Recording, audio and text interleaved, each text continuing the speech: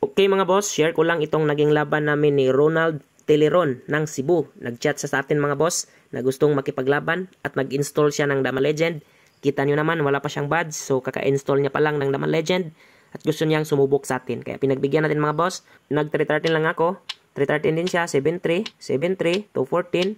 Pakain, ganyan. Tapos, 2-14, ganyan. Tapos sinipa niya mga boss. Familiar yung laro niya. Ito talaga yung mga laro ko dati mga boss. Nung wala pa akong alam na number at bookline. Masaya na ako sa ganitong tirada mga boss. Ganyan. Dinalawan niya. Tapos sinayang ko. Buti hindi niya sinayang sa 116 mga boss. Lalamang sana siya sa posisyon. Siguro nanibago pa siya kasi mabilis yung oras. 3 minutes. Kaya nag 313 ako. Ganyan. Diba? Talo na sana ako kanina kung nag 116 siya. 10-6, iba kasi yung online mga boss, tapos mabilis pa yung oras, 3 minutes.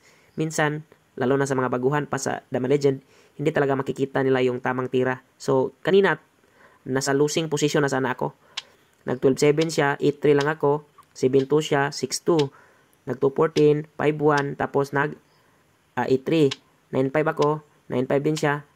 Doon na, tinamaan ng lanse mga boss. Ganyan. Dama ako mga boss, tapos pinabalik ko, hinarangan ko na mga boss. So, nag-resign si boss Ronald Teleron. Shout out sa iyo, all the way from Cebu.